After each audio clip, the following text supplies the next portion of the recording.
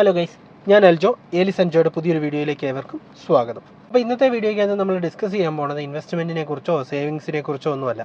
ഇതിനു മുമ്പുള്ള വീഡിയോസൊക്കെ നിങ്ങൾ ശ്രദ്ധിച്ചിട്ടുണ്ടെങ്കിൽ മനസ്സിലാകും, നമ്മൾ കുറേ ഇൻവെസ്റ്റ് ചെയ്യുക അല്ലെങ്കിൽ സേവ് ചെയ്യുക എന്നൊക്കെ പറഞ്ഞുകൊണ്ടുള്ള കുറേ വീഡിയോസ് ചെയ്തിട്ടുണ്ട്. പക്ഷേ അതൊക്കെ ചെയ്യുന്നതിന് മുമ്പ് നമ്മൾ ചെയ്യേണ്ട മറ്റൊരു ഇമ്പോർട്ടൻ്റ് ആയിട്ടുള്ളൊരു കാര്യമുണ്ട്. അത് നിങ്ങളിലേക്ക് ഷെയർ ചെയ്യുക എന്നുള്ളതാണ് ഇന്നത്തെ വീഡിയോയുടെ ഉദ്ദേശം. സോ നമുക്ക് ഡീറ്റെയിൽഡ് ആയിട്ട് വീഡിയോയിലേക്ക് പോകുന്നതിന് മുമ്പ് ഒരു കാര്യം പറഞ്ഞോട്ടെ. നമ്മുടെ ഈ ചാനൽ ആദ്യമായിട്ട് കാണുന്ന ആളുകളാണ് നിങ്ങളെങ്കിൽ നമ്മുടെ ഈ ചാനൽ ഒന്ന് സബ്സ്ക്രൈബ് ചെയ്യുന്ന കാര്യം, അതേപോലെ തന്നെ തൊട്ടടുത്തുള്ള ബെല്ലൈക്കൺ ഒന്ന് എനേബിൾ ചെയ്ത് വെക്കുന്ന കാര്യം കൂടെ പരിഗണിക്കാം. അങ്ങനെ നിങ്ങൾ ചെയ്യുകയാണെങ്കിൽ നമ്മൾ അപ്ലോഡ് ചെയ്യുന്ന പുതിയ വീഡിയോസ് അപ്പോൾ തന്നെ നിങ്ങൾക്ക് നോട്ടിഫിക്കേഷൻസ് ആയിട്ട് ലഭിക്കുന്നതായിരിക്കും. നമ്മുടെ വീഡിയോസ് മെയിനായിട്ട് മൈഗ്രേഷൻ റിലേറ്റഡ് ആയിട്ടുള്ളതും ഫിനാൻഷ്യൽ ഫ്രീഡം എങ്ങനെ കൈവരിക്കാം എന്നുള്ള കാര്യങ്ങളും ഒക്കെ ഷെയർ ചെയ്യുന്നൊരു വീഡിയോസ് ആയിരിക്കും നമ്മൾ കൂടുതലും ചെയ്യുന്നത്. അപ്പോൾ നിങ്ങൾക്ക് പുറത്ത് പോകാൻ ആഗ്രഹമുള്ള ആളുകളാണെങ്കിൽ നമുക്ക് അതിനുള്ള ടിപ്സും കാര്യങ്ങളും അവിടെ നമ്മൾ ശ്രദ്ധിക്കേണ്ടതായിട്ടുള്ള കാര്യങ്ങളൊക്കെ നമ്മുടെ വീഡിയോസിനകത്തൂടെ നോർമലി ഉണ്ടാവും. അതേപോലെ തന്നെ ഫിനാൻഷ്യൽ ഫ്രീഡം കൈവരിക്കാൻ വേണ്ടി, അതായത് നമ്മൾ പുറത്ത് പോകുന്നത് നമ്മൾ ഫിനാൻഷ്യൽ ഫ്രീഡം ഉണ്ടാക്കാനാണല്ലോ, അല്ലെങ്കിൽ നാട്ടിൽ നിൽക്കുന്നതും ഫിനാൻഷ്യൽ ഫ്രീഡം ഉണ്ടാകാൻ വേണ്ടിയാണ്.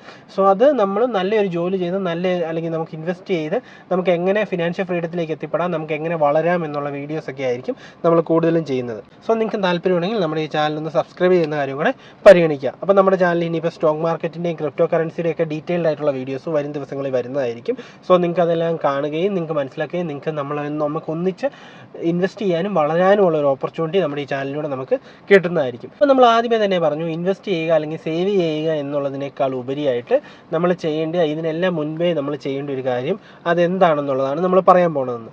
സോ ഇതിന് പറയുന്ന പേരാണ് എമർജൻസി ഫണ്ട്. അതായത് നമ്മളെല്ലാവരും ജോലി ചെയ്യുന്ന ആൾക്കാരായിരിക്കും അല്ലേ, അല്ലെങ്കിൽ ബിസിനസ് ചെയ്യുന്ന ആൾക്കാരായിരിക്കും. പക്ഷേ ഏത് നിമിഷവും എന്ത് സംഭവിക്കാം. ഒരു ഹെൽത്ത് എമർജൻസി വരാം, അല്ലെങ്കിൽ ജോലി സ്ഥലത്തുണ്ടാകുന്ന പ്രശ്നങ്ങളാവാം, അല്ലെങ്കിൽ ബിസിനസ്സിൽ വരുന്ന പ്രശ്നങ്ങളാവാം. ഇങ്ങനെയുള്ള പലതരത്തിലുള്ള ഫിനാൻഷ്യൽ ക്രൈസിസും അല്ലെങ്കിൽ ഹെൽത്ത് റിലേറ്റഡ് ആയിട്ടുള്ള ക്രൈസിസ് ഒക്കെ ഉണ്ടാകാനുള്ള ചാൻസസ് വളരെ കൂടുതലാണ്. അപ്പം നമ്മൾ ഒരു എമർജൻസി ഫണ്ട് നമ്മുടെ കയ്യിലില്ലെങ്കിൽ നമ്മൾ ആ സമയത്ത് വല്ലാതെ ബുദ്ധിമുട്ടും. ചിലപ്പോൾ നമ്മുടെ കയ്യിൽ അന്ന് ഇൻവെസ്റ്റ് ചെയ്തിരിക്കുന്ന എമൗണ്ട്സ് കാണും, അല്ലെങ്കിൽ ചിലപ്പോൾ സേവിങ്സിന് വേണ്ടി നമ്മൾ മാറ്റി വെച്ചിരിക്കുന്ന എമൗണ്ട്സ് കാണും. സോ ഇതെല്ലാം നമ്മൾ എന്ത് ചെയ്യും, ആ സമയത്ത് ചിലപ്പോൾ നമ്മൾ 5-8 വർഷങ്ങൾ നമ്മൾ സേവ് ചെയ്ത് കഷ്ടപ്പെട്ട് തിന്നാതെയും കുടിക്കാതെയും ഉണ്ടാക്കി വെച്ചിരിക്കുന്ന എമൗണ്ട് ആയിരിക്കും ചിലപ്പോൾ എന്തായിട്ട് മാറുന്നത്. ഈ ഒരു എമർജൻസിയുടെ സമയത്ത് വിത്തിൻ ഒരു ചെറിയൊരു സമയത്തിനുള്ളിൽ തന്നെ നമ്മുടെ കയ്യിൽ നിന്ന് നഷ്ടപ്പെട്ടു പോകാനുള്ള ചാൻസസ് വളരെ കൂടുതലാണ്. സോ അപ്പോൾ ഇങ്ങനെയുള്ള സിറ്റുവേഷൻസിനെയൊക്കെ ഹാൻഡിൽ ചെയ്യാൻ വേണ്ടി നമ്മൾ വെൽ പ്രിപ്പയർഡ് ആയിട്ടിരിക്കുക എന്നുള്ളതാണ് നമ്മൾ എപ്പോഴും ശ്രദ്ധിക്കേണ്ടതായിട്ടുള്ള കാര്യം. അപ്പോൾ ഇതിന് നമ്മളെ ഹെൽപ്പ് ചെയ്യുന്ന ഒരു കാര്യമാണ് എമർജൻസി ഫണ്ട്. എമർജൻസി ഫണ്ട് എന്ന് പറയുന്നത് മിനിമം നമ്മൾ നോർമലി സ്റ്റാൻഡേർഡ് ഫോമിൽ പറഞ്ഞു കഴിഞ്ഞാൽ ഒരു മനുഷ്യന് 6 മാസം വരെ ജീവിക്കാൻ പറ്റുന്ന, അവൻ്റെ ബേസിക് ആയിട്ടുള്ള നീഡ്സൊക്കെ അവന് മീറ്റ് ചെയ്യാൻ പറ്റുന്ന ഒരു തത്തുല്യമായ തുക നമ്മുടെ കയ്യിൽ നമ്മൾ കണ്ടുവെക്കുക എന്നുള്ളതാണ് എമർജൻസി ഫണ്ട് എന്നുള്ളത് കൊണ്ട് നമ്മൾ ഉദ്ദേശിക്കുന്നത്. എങ്ങനെ നമുക്കൊരു എമർജൻസി ഫണ്ട് കണ്ടെത്താം, അല്ലെങ്കിൽ അതിൻ്റെ പ്രോസസ്സ് എന്താണ്, എത്ര രൂപ എമർജൻസി ഫണ്ട് വേണമെന്ന് ചോദിച്ചു കഴിഞ്ഞാൽ നമ്മൾ നോർമലി നമ്മുടെ ഒരു മാസത്തെ എക്സ്പെൻസസ് എല്ലാം കൂടെ നമ്മൾ കണക്ക് കൂട്ടി നോക്കണം. അതായത് എക്സ്പെൻസസ് എല്ലാമല്ല, നമ്മുടെ നീഡ്സും വാണ്ട്സും നമ്മൾ ആദ്യമേ തന്നെ ഐഡൻറ്റിഫൈ ചെയ്യുക. നീഡ്സിനാണ് ഹയർ പ്രയോറിറ്റി കൊടുക്കേണ്ടത്. അതായത് നീഡ്സിനകത്ത് വരുന്ന കാര്യങ്ങൾ എന്തൊക്കെയായിരിക്കും, നമ്മുടെ ബില്ലുകൾ, നമ്മൾ അക്കോമഡേഷന് വേണ്ടി കൊടുക്കുന്ന റെൻറ്റ്, മറ്റനുബന്ധമായിട്ടുള്ള കാര്യങ്ങൾ, അതേപോലെ തന്നെ നമ്മുടെ ഫുഡ് എക്സ്പെൻസസ്, അതേപോലെ തന്നെ നമുക്ക് വേണ്ടി വരുന്ന ഡ്രസ്സ് കാര്യങ്ങൾ, ഇങ്ങനെയുള്ള നമ്മുടെ നീഡ്സിലേക്ക് വരുന്ന ഇലക്ട്രിസിറ്റി ബില്ല്, വാട്ടർ ബില്ല്, നെറ്റിൻ്റെ ബില്ല്, ഇങ്ങനെയുള്ള നമ്മുടെ ബേസിക് ആയിട്ടുള്ള കാര്യങ്ങൾ, അതേപോലെ തന്നെ എന്തെങ്കിലും ഹെൽത്ത് റിലേറ്റഡ് ആയിട്ടുള്ള എമർജൻസീസ് വന്നാൽ അതിന് വേണ്ടി വരുന്ന ഒരു മാസത്തെ നമ്മൾ എത്ര രൂപ സ്പെൻഡ് ചെയ്യേണ്ടതായിട്ട് വരുന്നു, ഇതെല്ലാം കൂടെ ഒന്ന് ട്രാക്ക് ചെയ്യണം. എല്ലാം കൂടെ ട്രാക്ക് ചെയ്തതിന് ശേഷം അത് നമ്മുടെ നീഡ്സ് ആയിട്ട് നമ്മൾ മാറ്റി വെക്കുന്നു. ഇനി അതിനുശേഷം നമ്മുടെ വാൻസിനകത്ത് വരുന്ന കാര്യങ്ങൾ, നമ്മളൊരു മൂവിക്ക് പോകുന്നുണ്ടെങ്കിൽ അത്, നമ്മൾ പുറത്ത് പോയി ഫുഡ് കഴിക്കുന്നുണ്ടെങ്കിൽ അത്, നമ്മളൊരു ട്രാവലിങ്ങിന് വേണ്ടി അതായത് പുറത്തൊക്കെ ഒന്ന് ജസ്റ്റ് പോകുന്ന വഴിക്ക് നമുക്ക് വരുന്ന എക്സ്പെൻസസ്, ഇങ്ങനെയുള്ള കുറേ കാര്യങ്ങൾ നമുക്കുണ്ടല്ലോ. ഇത് നമ്മുടെ വാൻസ് ആണ്. ഇതില്ലെങ്കിലും നമുക്ക് സസ്റ്റെയിൻ ചെയ്യാം. പക്ഷേ എന്നിരുന്നാൽ പോയി എന്തെങ്കിലും ഒരു എൻ്റർടൈൻമെൻറ്റ് വേണം, അതിന് നമുക്കൊന്ന് പുറത്തേക്ക് പോകണം, അല്ലെങ്കിൽ ഒരു ഫുഡ് കഴിക്കണം, അല്ലെങ്കിൽ ഒരു സിനിമയ്ക്ക് പോകണം, ഇങ്ങനെയുള്ള കാര്യങ്ങളൊക്കെ നമുക്ക് വേണം.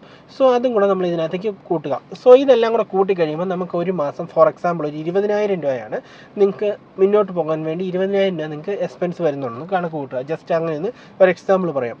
സോ ഈ 20,000 രൂപ ഇൻറ്റു 6 മാസം എത്ര രൂപയാകും? നോർമലി 1,20,000 രൂപയായിരിക്കും ഒരു ബേസിക് ഒരാളുടെ ഒരു എമർജൻസി ഫണ്ടായിട്ട്. ഇത് ഞാനൊരു എക്സാമ്പിൾ പറഞ്ഞതാണ്, അല്ലാതെ ഇത് നിങ്ങളുടെ ഓരോരുത്തരുടെയും എമർജൻസി ഫണ്ടിൻ്റെ റിക്വയർമെൻറ്റ്സ് വ്യത്യാസമായിരിക്കും. ഇതിപ്പം നമ്മളൊരു കല്യാണം കഴിക്കാത്ത ഒരു ബാച്ചിലറായിട്ട് ജീവിക്കുന്ന ഒരാൾക്ക് ചിലപ്പോൾ മീറ്റ് ചെയ്ത് പോകേണ്ടതായിട്ടുള്ള ഒരു എക്സ്പെൻസ് ആയിരിക്കും 20,000 രൂപ.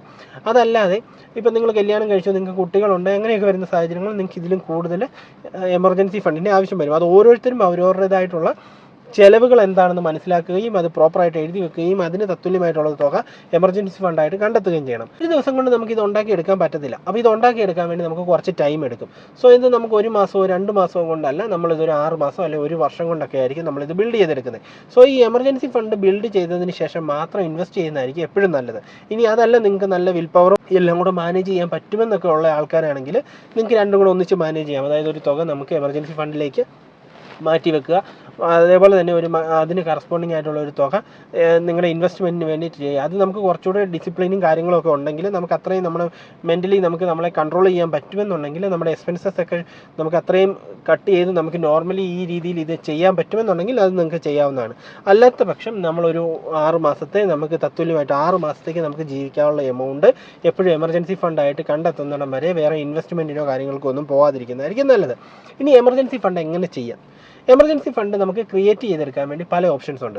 നിങ്ങൾക്ക് SIP ചെയ്യാം, ഏതെങ്കിലും ഒരു സേഫ് ആയിട്ടുള്ള മ്യൂച്വൽ ഫണ്ടുകൾ, അതായത് ഇക്വിറ്റി മാത്രം ചെയ്യുന്നതല്ലാത്ത കുറച്ചുകൂടെ ഡെപ്റ്റ് ഓറിയൻറ്റഡ് ആയിട്ടുള്ള മ്യൂച്വൽ ഫണ്ടുകളിൽ ഇൻവെസ്റ്റ് ചെയ്യുന്നത് നല്ലതായിരിക്കും. അതിനകത്ത് SIP ആയിട്ട് ചെയ്ത് അപ്പോൾ അത് നമുക്ക് ഏതെങ്കിലും ഒരു ആവശ്യഘട്ടത്തിൽ നമുക്ക് എടുത്ത് ഉപയോഗിക്കാവുന്നതാണ്. മ്യൂച്വൽ ഫണ്ടിനേക്കാളും എപ്പോഴും എമർജൻസി ഫണ്ട് കീപ്പ് ചെയ്യുന്നത് എപ്പോഴും സേവിങ്സ് അക്കൗണ്ടുകളിലോ ഫിക്സഡ് ഡെപ്പോസിറ്റുകളിലോ ഒക്കെ ചെയ്യുന്നതായിരിക്കും ബെറ്റർ. ജസ്റ്റ് ഞാനൊരു ഓപ്ഷൻ പറഞ്ഞു എന്ന് മാത്രം. ഫസ്റ്റ് ഇത് ബിൽഡ് ചെയ്യാൻ വേണ്ടി നിങ്ങൾക്ക് ഒരു RD ഫോം ചെയ്യാം. നമുക്ക് എല്ലാവർക്കും അറിയാം, നമുക്കുള്ള ഓൾമോസ്റ്റ് എല്ലാ ബാങ്കുകളിലും RD പ്രൊവൈഡ് ചെയ്യുന്നുണ്ട്. RD എന്ന് പറയുന്നത് റെക്കറിങ് ഡെപ്പോസിറ്റ് ആണ്. നമുക്ക് എല്ലാ മാസവും ഒരു നിശ്ചിത എമൗണ്ട് SIP ഒക്കെ ചെയ്യുന്നത് പോലെ തന്നെ ബാങ്കിലേക്ക് നമുക്ക് ഡെപ്പോസിറ്റ് ചെയ്യാം. ആ ഡെപ്പോസിറ്റ് ചെയ്യുന്നതിനൊരു 12 മാസം അല്ലെങ്കിൽ നമുക്ക് അതിനൊരു കാലയളവുണ്ട്. ആ കാലയളവ് കഴിയുമ്പം നമുക്കതിനൊരു ഇൻട്രസ്റ്റ് ലഭിക്കും. ആ തുക നമുക്ക് ഒന്നിച്ച് നമ്മുടെ കയ്യിലേക്ക് കിട്ടും. ഇതാണ് നമ്മുടെ RD എന്ന് പറയുന്ന കൺസെപ്റ്റ്. RDയിൽ ബെറ്റർ ഇൻട്രസ്റ്റ് റേറ്റ് തരുന്ന ബാങ്കുകളൊക്കെ ഉണ്ട്. ഇപ്പം നമുക്ക് പോസ്റ്റ് ഓഫീസ് എടുക്കാം. പോസ്റ്റ് ഓഫീസിലൊക്കെ നല്ല ബെറ്റർ ആയിട്ടുള്ള ഇൻട്രസ്റ്റ് റേറ്റ് ആണ് RD തരുന്നത്. പക്ഷേ അതിനകത്ത് മെച്യൂരിറ്റിയുടെ കാര്യത്തിൽ, അതേപോലെ തന്നെ അതിന് നമുക്ക് എത്ര നാളത്തേക്ക് ഡെപ്പോസിറ്റ് ചെയ്യുന്നു എന്നുള്ളതിനകത്തൊക്കെ കുറച്ച് റെസ്ട്രിക്ഷൻസ് ഉണ്ട്. അത് നിങ്ങൾ ചെക്ക് ചെയ്തതിന് ശേഷം മാത്രം പോസ്റ്റ് ഓഫീസിലെ RDയിലേക്ക് പോവുക. നിങ്ങൾക്ക് കുറച്ച് കൂടുതൽ നാളത്തേക്കൊക്കെ നിങ്ങൾക്ക് ഇൻവെസ്റ്റ് ചെയ്യാനാണ് താല്പര്യമെങ്കിൽ നമുക്ക് RD പോസ്റ്റ് ഓഫീസിലേക്ക് നല്ലതാണ്. അപ്പോൾ നമുക്ക് എപ്പോൾ വേണമെങ്കിലും വിഡ്രോ ചെയ്യാം എന്നുള്ളൊരു ക്ലോസ് വെച്ചിട്ടുള്ള RDകളുണ്ട്. സോ ഇങ്ങനത്തെ RDകളിൽ നമുക്ക് ഇൻവെസ്റ്റ് ചെയ്യാം. സോ നിങ്ങളൊരു 12 മാസം ഒരു മാസം ഒരു 2000 രൂപ വെച്ച് ഇൻവെസ്റ്റ് ചെയ്താൽ പോലും നമുക്ക് 12 മാസം എന്തുണ്ടാവും, 24,000 രൂപ നമ്മുടെ കയ്യിൽ ഉണ്ടാവും. സോ ഈ ഒരു രീതിയിൽ നമുക്ക് എമർജൻസി ഫണ്ട് നമുക്കിപ്പം വേണ്ടത് എത്രയായിരുന്നു? 1,20,000 രൂപയായിരുന്നു. 1,20,000 രൂപയെ നിങ്ങൾക്ക് എത്ര നാൾ കൊണ്ട് ബിൽഡ് ചെയ്യണമെന്ന് നിങ്ങൾ തീരുമാനിക്കുക. അതനുസരിച്ചുള്ളൊരു ടെന്യൂർ വെക്കുക.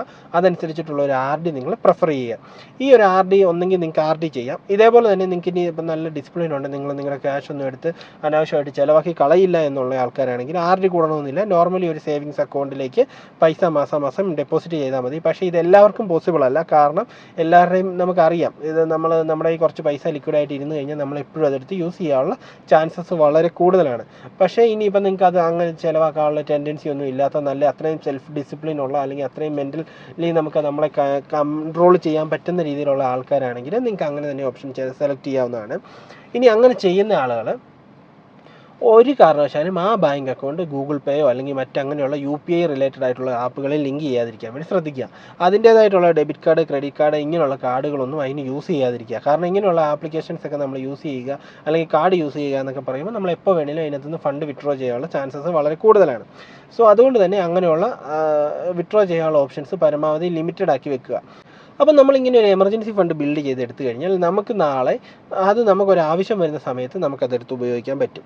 സോ ഇതാണ് എമർജൻസി ഫണ്ടിൻ്റെ ആവശ്യകത. ഇത് ചെയ്യാതെ നമ്മൾ ഡയറക്റ്റ് ഇൻവെസ്റ്റ്മെൻറ്റിലേക്കോ അല്ലെങ്കിൽ മറ്റ് അനുബന്ധമായിട്ടുള്ള നമ്മൾ സേവിങ്സിലേക്കൊക്കെ പോയി കഴിഞ്ഞാൽ നമുക്ക് സേവിങ്സും ഇൻവെസ്റ്റ്മെൻറ്റും ഒക്കെ ഉണ്ടാവും. പക്ഷേ ഒരു സമയമാകുമ്പോഴത്തേന് എന്തെങ്കിലും ഒരു എമർജൻസി വരുന്ന സമയത്ത് നമ്മൾ വർഷങ്ങളുടെ കഷ്ടപ്പെട്ട് നമ്മൾ തിന്നാതെയും കുടിക്കാതെയും ഒക്കെ ഉണ്ടാക്കി വെച്ചിരിക്കുന്ന ഈ സേവിങ്സ് അല്ലെങ്കിൽ ഇൻവെസ്റ്റ്മെൻറ്റ് എടുത്ത് ആ സമയത്ത് നമുക്ക് ഉപയോഗിക്കേണ്ടി വരും. നമ്മുടെ എൻ്റയർ സേവിങ്സ് അല്ലെങ്കിൽ ഇൻവെസ്റ്റ്മെൻറ്റ്സ് നമുക്ക് നഷ്ടപ്പെടാൻ ചാൻസ് ഉണ്ട്. സോ അതേപോലെ തന്നെ അതുകൊണ്ടാണ് നമ്മൾ എമർജൻസി ഫണ്ട് ആദ്യമേ ബിൽഡ് ചെയ്യാൻ പറയുന്നത്. അപ്പോൾ ഈ എമർജൻസി ഫണ്ട് നമ്മൾ ബിൽഡ് ചെയ്യുകയും അത് നമ്മൾ സ്ട്രോങ് ആയിട്ടുള്ള, അത് നഷ്ടപ്പെടാൻ സാധ്യതയില്ലാത്തതായിട്ടുള്ള ഒരു സ്ഥലത്ത് അത് സേവ് ചെയ്ത് വെക്കാനും വേണ്ടി ശ്രദ്ധിക്കുക. ഇനി നിങ്ങൾക്കത് ചിലർ പറയും നമുക്ക് ഗോൾഡിൽ ഇൻവെസ്റ്റ് ചെയ്യാമെന്നൊക്കെ. ഗോൾഡിൽ ഇൻവെസ്റ്റ് ചെയ്യുന്നത് നല്ലൊരു ഓപ്ഷനാണ്. ഗോൾഡ് നിങ്ങൾ ഫിസിക്കൽ ഗോൾഡ് അല്ലാതെ ഡിജിറ്റൽ ഗോൾഡുകളോ അല്ലെങ്കിൽ ETF നമ്മൾ സ്റ്റോക്ക് മാർക്കറ്റിലൊക്കെ ട്രേഡ് ചെയ്യുന്ന ആൾക്കാർക്കറിയാം, ETF നമുക്ക് ഗോൾഡ് ബീസ് എന്നൊക്കെ പറഞ്ഞ് നമുക്ക് ഗോൾഡ് ETF കിട്ടും. അതിനകത്ത് ഇൻവെസ്റ്റ് ചെയ്യുന്നത് നല്ലതാണ്. നമുക്ക് പക്ഷേ എമർജൻസി വരുമ്പോൾ നമ്മളിത് വിറ്റ് ക്യാഷ് ആക്കാൻ വേണ്ടി ഒരു 3-4 ദിവസം ടൈമൊക്കെ എടുക്കും. പക്ഷേ എന്നിരുന്നാൽ പോലും നമുക്കതും സേഫാണ്. കാരണം ഗോൾഡ് നമ്മുടെ അതിൻ്റെ ഹിസ്റ്ററി എടുത്ത് നോക്കിക്കഴിഞ്ഞാൽ എല്ലാ സമയത്തും അതിന് നമുക്ക് ഇൻവെസ്റ്റ് ചെയ്യുന്നതിനേക്കാൾ കൂടുതൽ എമൗണ്ട് നമുക്ക് റിട്ടേൺ തന്ന ഒരു ചരിത്രം മാത്രമേ ഉള്ളൂ ഗോൾഡിന്. സോ അതുകൊണ്ട് തന്നെ ഗോൾഡ് സേഫ് ആയിട്ടുള്ളൊരു ഓപ്ഷനാണ്. സോ ഫിസിക്കൽ ഗോൾഡ് മേടിക്കുമ്പോൾ പണിക്കൂലി, പണിക്കുറവ് ഇങ്ങനെയുള്ള കാര്യങ്ങളൊക്കെ ഉണ്ടാവും. സോ അതുകൊണ്ട് തന്നെ നമുക്ക് അതിനകത്ത് നഷ്ടമുണ്ടാകും. അതേപോലെ തന്നെ ഡിജിറ്റൽ ഗോൾഡ് മേടിക്കുമ്പോൾ നമുക്ക് വരുന്ന ടാക്സസും മറ്റനുബന്ധമായിട്ടുള്ള ചിലവുകളും നോക്കുമ്പോൾ അത് നഷ്ടമാണ്. പക്ഷേ ETFകളും സോവറിൻ ഗോൾഡ് ബോണ്ട് ഇങ്ങനെയുള്ള കാര്യങ്ങളിലൊക്കെ ഇൻവെസ്റ്റ് ചെയ്യുന്നത് എപ്പോഴും ബെറ്റർ ആയിരിക്കും. സോവറിൻ ഗോൾഡ് ബോണ്ടിന് 8 വർഷം മെച്യൂരിറ്റി പീരീഡ് വരും എന്നുള്ളത് പ്രത്യേകം ശ്രദ്ധിക്കണം. എമർജൻസി ഫണ്ട് അതിനകത്ത് നമുക്ക് കീപ്പ് ചെയ്യാൻ പറ്റത്തില്ല. പക്ഷേ ETF ആ ഒരു കാര്യത്തിൽ എമർജൻസി ഫണ്ട് വരുന്ന തുക ഇൻവെസ്റ്റ് ചെയ്യാൻ പറ്റുന്ന ഒരു ഓപ്ഷനാണ്. ഈ ഒരു കാര്യം നമ്മൾ ആദ്യമേ ചെയ്യാതെ നമ്മൾ വേറൊരു ഇൻവെസ്റ്റ്മെൻറ്റിലേക്കും പോകുന്നത് അത്ര വൈസായിട്ടുള്ളൊരു തീരുമാനമായിരിക്കത്തില്ല. സോ അപ്പം നമ്മളൊരു അസറ്റ് വാങ്ങാൻ വേണ്ടിയോ അല്ലെങ്കിൽ മറ്റെന്തെങ്കിലും ഇൻവെസ്റ്റ് ചെയ്യാൻ വേണ്ടിയോ ഒക്കെ ആയിട്ട് നമ്മൾ സ്റ്റോക്ക് മാർക്കറ്റിൽ ഇൻവെസ്റ്റ് ചെയ്യുന്ന ആൾക്കാരുണ്ടാവും. അതേപോലെ തന്നെ അസറ്റ് റിയൽ എസ്റ്റേറ്റിൽ ഇൻവെസ്റ്റ് ചെയ്യുന്ന ആൾക്കാരുണ്ടാവും. അതേപോലെ തന്നെ പ്രോപ്പർട്ടികളിൽ ഇൻവെസ്റ്റ് ചെയ്യുന്ന ആൾക്കാരുണ്ടാവും. ക്രിപ്റ്റോ കറൻസിയിൽ ഇൻവെസ്റ്റ് ചെയ്യുന്ന ആൾക്കാരുണ്ടാവും. സോ ഇതൊക്കെ ചെയ്യുന്നതിന് മുമ്പ് എമർജൻസി ഫണ്ട് ബിൽഡ് ചെയ്യുക എന്നുള്ളത് അത്ര ഇമ്പോർട്ടൻ്റ് ആയിട്ടുള്ളൊരു കാര്യമാണ്. സോ ഇതെല്ലാവരുടെയും മനസ്സിൽ വെക്കുന്നത് എപ്പോഴും നല്ലതാണ്. അപ്പോൾ ഇത് ചെയ്യുന്നത് കൊണ്ടുള്ള ഒരു ഗുണം എമർജൻസി സിറ്റുവേഷൻസിൽ നമുക്കിത് ഫിനാൻഷ്യലി നമ്മളെ ഹെൽപ്പ് ചെയ്യുമെന്നുള്ളത് മാത്രമല്ല ഇതിനകത്ത് ഒരു ഇമ്പോർട്ടൻ്റ് ആയിട്ടുള്ള മറ്റൊരു ബെനിഫിറ്റോടെ ഇതിനുണ്ട്. എന്താണെന്നോ, നമുക്കൊരു ഡിസിപ്ലിൻ ഉണ്ടാകും, ഫിനാൻഷ്യൽ ഡിസിപ്ലിൻ. കാരണം എന്താണെന്ന് ചോദിച്ചു കഴിഞ്ഞാൽ നമ്മളിതിങ്ങനെ മന്ത്ലി നമ്മളൊരു സേവിങ്സ് പോലെ നമ്മൾ എമർജൻസി ഫണ്ട് ബിൽഡ് ചെയ്യുന്നതിലൂടെ നമ്മളൊരു തുക മാസാമാസം നമ്മൾ ഇൻവെസ്റ്റ് ചെയ്യുന്നതിനോട് സിമിലറായിട്ട് നമ്മൾ എടുത്ത് മാറ്റുന്നുണ്ട്. ഇത് കുറേ മാസം ചെയ്യുമ്പോൾ നമ്മുടെ ഉള്ളിൽ തന്നെ എന്തുണ്ടാവും, ഒരു ഫിനാൻഷ്യൽ ഡിസിപ്ലിൻ ഉണ്ടാവും. നമ്മളിങ്ങനെ ഒരു എമൗണ്ട് മാറ്റി വെക്കാൻ പഠിക്കും. കുറേ മാസങ്ങൾ കൊണ്ട് ഒരു എമർജൻസി ഫണ്ട് നിങ്ങൾ ബിൽഡ് ചെയ്ത് കഴിയുമ്പോഴത്തേന് നിങ്ങളൊരു സ്ട്രോങ് ഒരു ഇൻവെസ്റ്ററിൻ്റെ മൈൻഡിലേക്ക് നിങ്ങളുടെ മൈൻഡ് മാറും. സോ അങ്ങനെ ഒരു ബെനിഫിറ്റ് കൂടി ഇതിനുണ്ടാവും. സോ ഇതാണ് നമ്മൾ ഇമ്പോർട്ടൻ്റ് ആയിട്ടുള്ള ഒരു എമർജൻസി ഫണ്ട് ക്രിയേറ്റ് ചെയ്യാൻ വേണ്ടി എല്ലാവരോടും പറയുമ്പോൾ കിട്ടുന്ന 2 ബെനിഫിറ്റ്സ്. കഴിയുമെങ്കിൽ എത്രയും വേഗം ഇത് സ്റ്റാർട്ട് ചെയ്ത് തുടങ്ങുക. കാരണം എത്ര നേരത്തെ തുടങ്ങുന്നു അത്രയും ഇത് ബെറ്റർ ആയിരിക്കും. ഇതിന് പുറമെ ഒരു ഹെൽത്ത് ഇൻഷുറൻസ് എടുത്ത് വെക്കുന്നത് എപ്പോഴും നല്ലതാണ്. കാരണം ഹെൽത്ത് ഇൻഷുറൻസ് ഇനിയുള്ള കാലത്ത് വളരെ ഇമ്പോർട്ടൻ്റ് ആണ്. നമുക്കൊരു ഹെൽത്ത് റിലേറ്റഡ് ആയിട്ടുള്ള ഒരു ആവശ്യം നമുക്കോ നമ്മുടെ ചുറ്റുമുള്ള ആളുകൾക്കോ നമ്മുടെ സ്വന്തപ്പെട്ട ആളുകൾക്കോ ആവശ്യം വന്നു കഴിഞ്ഞാൽ ആ സാഹചര്യങ്ങളിൽ നമ്മുടെ ലൈഫ് ടൈമിൽ ഉണ്ടാക്കി വെച്ചിരിക്കുന്ന എല്ലാ സേവിങ്സ് അല്ലെങ്കിൽ ഇൻവെസ്റ്റ്മെൻറ്റ്സ് നഷ്ടപ്പെടാം ചിലപ്പം. ഇനി അങ്ങനെ സേവിങ്സ് ഇൻവെസ്റ്റ്മെൻറ്റും ഒന്നും ഇല്ലാത്ത ആൾക്കാരാണെങ്കിൽ അന്നേരം കടം മേടിച്ച് ചികിത്സിക്കേണ്ട സാഹചര്യങ്ങളുണ്ടാവും. ഇങ്ങനെയുള്ള കാര്യങ്ങളൊക്കെ ഉണ്ടാവാൻ ചാൻസ് ഉണ്ട്. അപ്പോൾ ഒരു വിവേകശാലിയായ ഒരു മനുഷ്യനെന്ന നിലയിൽ നമ്മൾ എപ്പോഴും ഒരു ഇൻവെസ്റ്റ്മെൻ്റ് എന്ന നിലയിൽ ഒരു ഹെൽത്ത് ഇൻഷുറൻസും കൂടെ നമ്മൾ എപ്പോഴും എടുത്തു വെക്കുന്നത് വളരെ നല്ലതാണ്. നല്ല പ്ലാനുകൾ പല ഇൻഷുറൻസ് കമ്പനികളും പ്രൊവൈഡ് ചെയ്യുന്നുണ്ട്. അതിലേറ്റവും നല്ല സ്യൂട്ടബിൾ ആയിട്ടുള്ള ഒരു ഹെൽത്ത് ഇൻഷുറൻസ് പ്ലാൻ കണ്ടെത്തി അതിനകത്ത് ഒരു പെർ ഇയർ നമ്മൾ അതിന് വേണ്ടി ഒരു കുറച്ച് എമൗണ്ട് കണ്ടെത്തി ഒരു കുറച്ച് എമൗണ്ട് അതിന് വേണ്ടി നമ്മൾ മാറ്റി വെക്കാനും അതിനകത്തേക്ക് നമ്മളൊരു നല്ല ഇൻഷുറൻസ് പോളിസി എടുക്കാനും വേണ്ടി എപ്പോഴും ശ്രദ്ധിക്കുന്നത് എപ്പോഴും ബെറ്റർ ആയിരിക്കും.